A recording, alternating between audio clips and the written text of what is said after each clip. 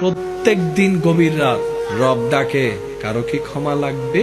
আয় একবার বল আমার কাছে, চোখের পানি ছেড়ে অন্তরের বিশ্বাস প্রেমকে সাথে নিয়ে। আমি রব, কাউকে কিচ্ছু জানতে দিব না তোর অতীতের কাজ। এমন ভাবে মাফ করে দিব, তোর বাম কাঁধের যে ফেরেশতা লিখেছিল সেও হাসরের ময়দানে এসে সেই ডায়েরিটা আর খুঁজে পাবে না, সে নথি আর খুঁজে পাবে না। সে খাতা খুলে দেখে বলবে, আমার তো মনে পড়ে এই সালের এত তারিখ সে এই কাজটা করেছে। আমার মনে পড়ে যে আমি লিখেছিলাম। আল্লাহ গো, খাতা তো আছে, পৃষ্ঠা নাম্বারও তো আছে, লেখা তো কিছু আবার পৃষ্ঠা উল্টায় বলে যে আল্লাহ এখানেও লেখা নাই। তাহলে আমি কাতিবিন এত বছর করলামটা কি? হয়তো আমি লিখি নাই, আর আমি লিখলে এখানে থাকবে না, ব্যাপার কি? রব বলে, ফেরেশতা যা দায়িত্ব দিয়েছি, যতটুক দিয়েছি, তুমি যথেষ্ট দায়িত্ব পালন করেছো। তোমার উপর আমি আল্লাহর কোনো দাবি নাই, তুমি তোমার দায়িত্বে 100% পাস করেছো, তুমি এখান থেকে সরে যাও। ফেরেশতা বলবে যে আল্লাহ, সরতে তো পারি, তো এত বছর যে আমি ডিউটিটা করলাম, 50 বছর, 60 বছর, 70 বছর বসে বসে আমি দিন রাত যে লিখলাম, এটার কি হলো? রব বলে যে ফেরেশতা, এই সব বিষয়ে তুমি মাথা ঘামাইও না, এটা আমার এবং আমার বান্দার ব্যাপার, আমার ব্যাপার। এটা আমি খালেকের ব্যাপার, আমার মখলুকের ব্যাপার। এটা আমার গুনাহগার বান্দার সাথে আমি গফফারের ব্যাপার, এই অসহায় বান্দার সাথে আমি রহমানের ব্যাপার। ফেরেশতা বলে আল্লাহ, তারপরও তো একটু শুনতে মন চাই, লিখলাম যাহা গেল কোথায়, লিখেছি যাহা গেল কোথায়?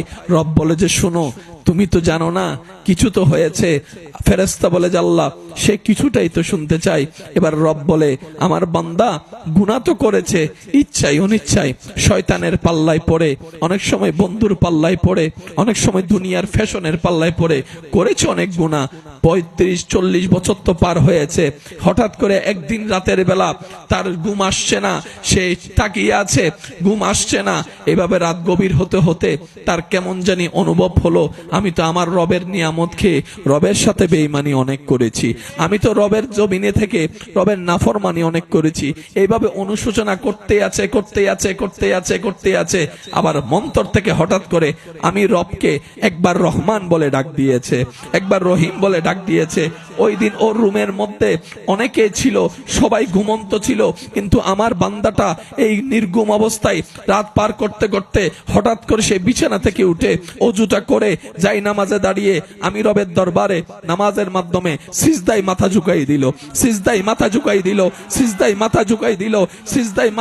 দেওয়ার পরে সে অজর দরায় কান্না করতে করতে আমাকে ডাকতেই লাগলো। রহমান বলে ডাকে, রহিম বলে ডাকে, গফফার বলে ডাকে, সত্তার বলে ডাকে, খালিক বলে ডাকে, মালিক বলে ডাকে। এক পর্যায়ে আমার বান্দা বলে, আল্লাহ গো, তুমি ছাড়া তো আমাকে দয়া করনেওয়ালা কেউ নাই, তুমি ছাড়া তো মাফ করনেওয়ালা কেউ নাই। আল্লাহ, যেই গুনাহ করেছি, এই গুনাহ নিয়ে আল্লাহ আমি নিজের কাছে নিজে শর্মিন্দা হয়ে আছি। আমার গুনাহ যদি আমার স্ত্রী জানে, আমার সাথে সম্পর্ক রাখবে না। আমার গুনাহ যদি আমার সন্তান জানে, আমার সাথে সম্পর্ক রাখবে না। আল্লাহ, তুমি জানার পরও চুপ করে আছো, কাউকে জানতে দাও নাই। কত দয়াবান তুমি, কত সত্তার। বান্দা বলতে আছে, আমার তার ডাকটা শুনতে ভালো লাগছে। সুবহান। আমার বান্দার প্রত্যেকটা ডাক আমার শুনতে ভালো লাগছে, তার কান্নাটা ভালো লাগছে, তার বলাটা এত সুন্দর চমৎকার ছিল, মন থেকে ডাকটা এত প্রিয় ছিল।